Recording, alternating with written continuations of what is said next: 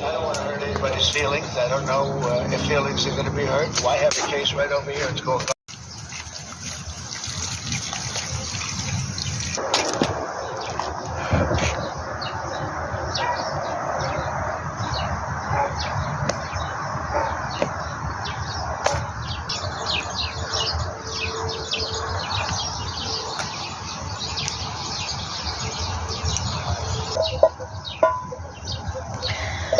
پیتر داره یه املت آتیشی درست میکنه.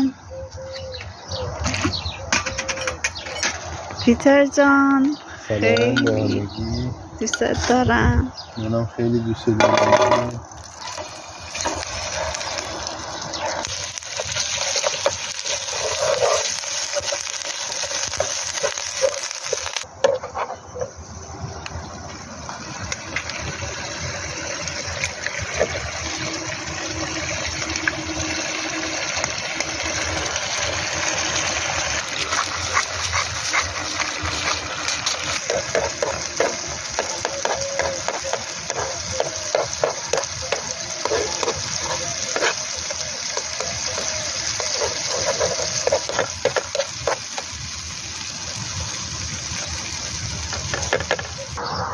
اینم املت ساده ما که امروز تصمیم گرفتیم بیایم با هم یه صبحونه ساده تو حیاط بخوریم. جاتون خالی.